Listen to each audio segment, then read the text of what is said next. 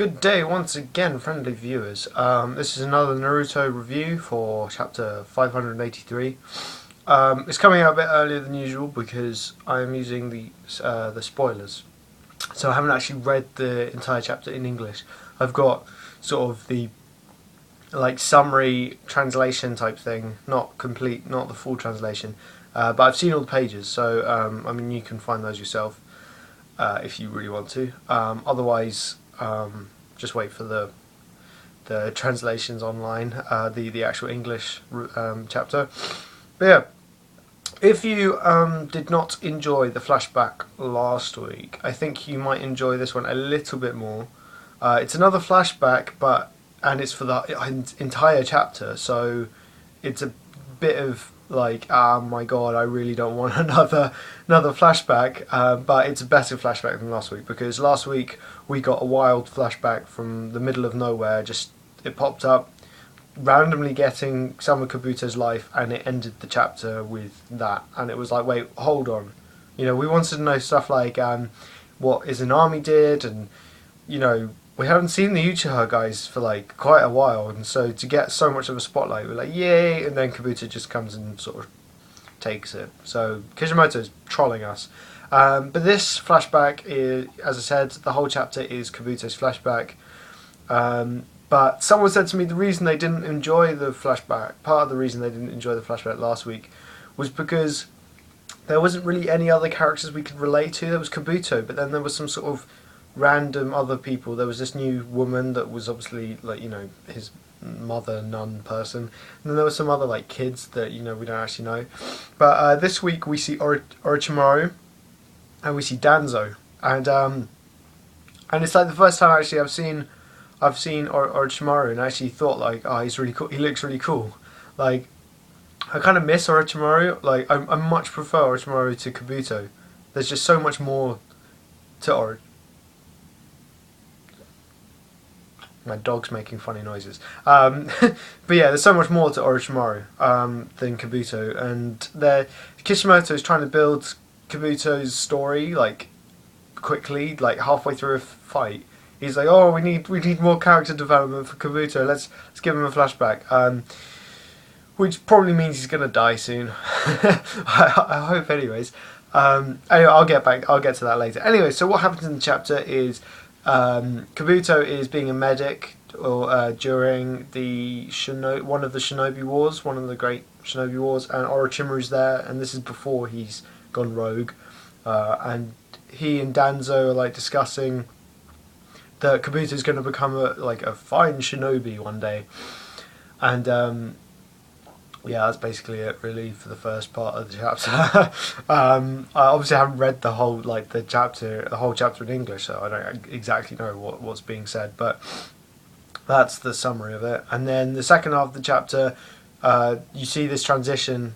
This one page has a nice transition of Kabuto growing up, and then it shows Kabuto on some sort of mission, and he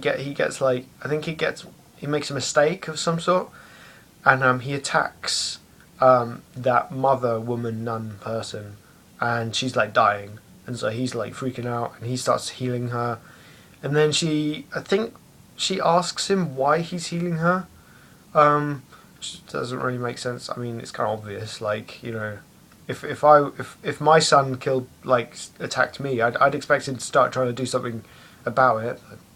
Stupid son. Anyways, yeah, but then it goes really weird towards the end of the chapter, because then she sort of like disappears or something, and then Orichmaru comes out the ground and is like, bah!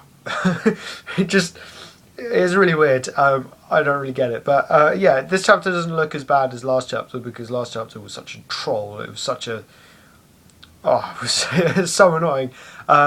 But in terms of predictions, in terms of what I think is going to happen next week, I think it's going to continue. I think it's going to be more flashback, because I think it's going to be more about how Kabuto and Orochimaru sort of met up and became a team, or stuff like that.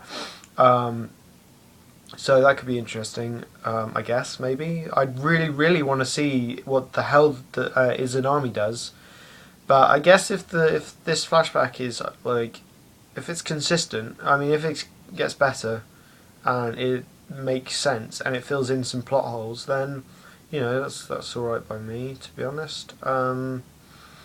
But yeah, I find it really annoying that actually, in terms of the fight, that firstly this random flashback has come about, and also that Itachi and Sasuke are having such problems against Kabuto.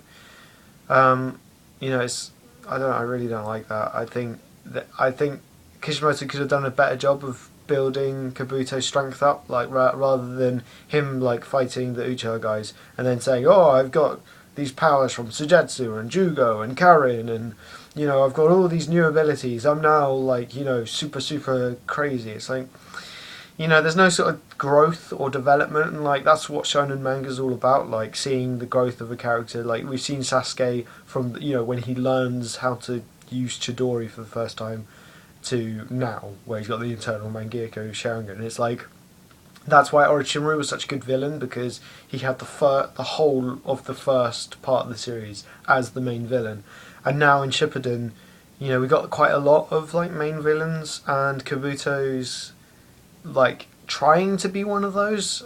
It's not really working for me. Anyways, that's my review for today. My iPod's probably just gonna die out on me. So so yeah, thanks for watching. If you like my videos, then do subscribe. If you like this video, do like. I got quite a lot of dislikes last time. I think that's because I was criticising Kabuto like quite heavily. So if you do want to dislike the video, that's fine. But please leave a comment, because it's like, well, what's the point in disliking if you're not going to leave a comment? So yes, thank you for watching, and I will catch you later.